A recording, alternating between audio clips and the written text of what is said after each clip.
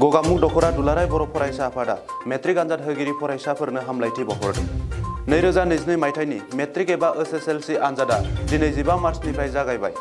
दाब दाब जायगायाव जानाय बादि धेमाजि जिल्ला गगामुख दखरानि सिङाव थानाय मयथ मिंमां ट्राइबेल गोजौ फरायसालियावबो दिनै बे आनजादा जादों। साफ्रोमबो आनजाद होगिरि फरायसाफोरखौ दिनै गगामुख दखरा दुलाराय बर' फरायसा आफादनि आफादगिरि सन्जय गयारिया गोसो गोरबोनिफ्राय गोजोननाय आरो हामलायथि बावहरदों। लोगोसे मोजां मोनसे फिथाइ मोननो हाथों होननानै खौरांगिरिनि सिगाङाव फोरमायदों। गिबियावनो गगामुख दखरा दुलाराय बर' फरायसा आफादनि जानानै नोंथांमोननि रादाब बुथुमगिरि नोंथांमोननिसिम गिबियावनो साबायखर बावनाय जासिहरबाय। दिनैहाय 15 मार्च 2022 दिनैहाय मेट्रिक आनजादनि गिबि सान आरो लोगोसे HS फाइनाल आनजादनि दिनैहाय गिबि सान। बे गिबि सानाव गगामुख दखरा दुलाराय बर' फरायसा आफादनि बेन्दोङाव थानाय गासै गोजौ फरायसालिनि मेट्रिक आनजाद होनो गोनां फरायसाफोरखौ गिबियावनो जोङो बरायनानै लाबाय आरो देग्लायनि बे मेट्रिक आनजादाव गासैबो मोजां मोनसे रिजाल्ट लानानै मोजां मोनसे जौखोन्दो लानानै उथ्रिसार जानो हायो बेखौ गगामुख दखरा दुलाराय बर' फरायसा आफादा आसा खालामदों।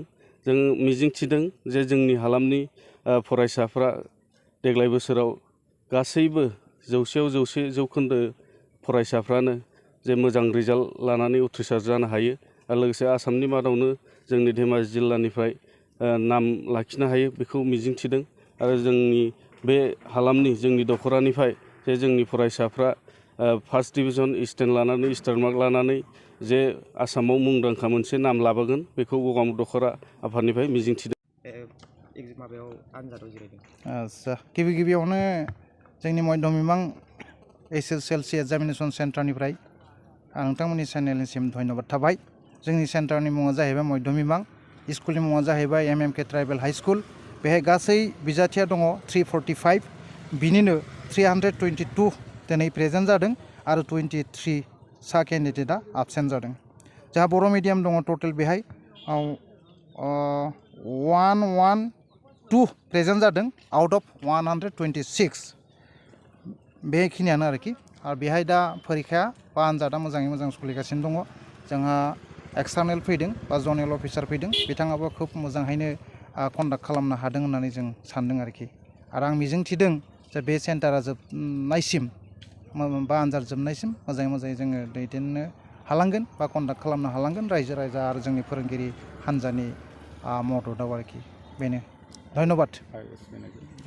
आरो बेनि मोनसे मिथिनो गोनाङा बेनो जोंहा गिबि सान आरो बे गिबि सानाव जोंहा धेमाजि डिस्ट्रिक्टनि बा डिस्ट्रिक्ट अफिसार जोंहा इन्सपेक्टर अफ स्कुल्स माननीय प्रतीक दले सार बिथाङा फैनानै थांदों आरो बिथाङाबो मोजाङैनो जादों होननानै बुंलांदों। जों आसा खालामदों रायजो राजा आरो जोंनि फिडार स्कुलनि गाहाय फोरोंगिरि बिथांमोननि अननायाव बा कअपारेसनाव जोङो आनजादखौ मोजाङै जोबजासिम मोजाङै मोजां जों दैदेनलांनो हागोन होननानै जों आसा खालामदों आरो जों मिजिंथिदों इसोराबो जोंखौ निस्सय सहाय होगोन आरो रायजो राजाया जेबायदि सहाय होनो नागिरदों। Thank you.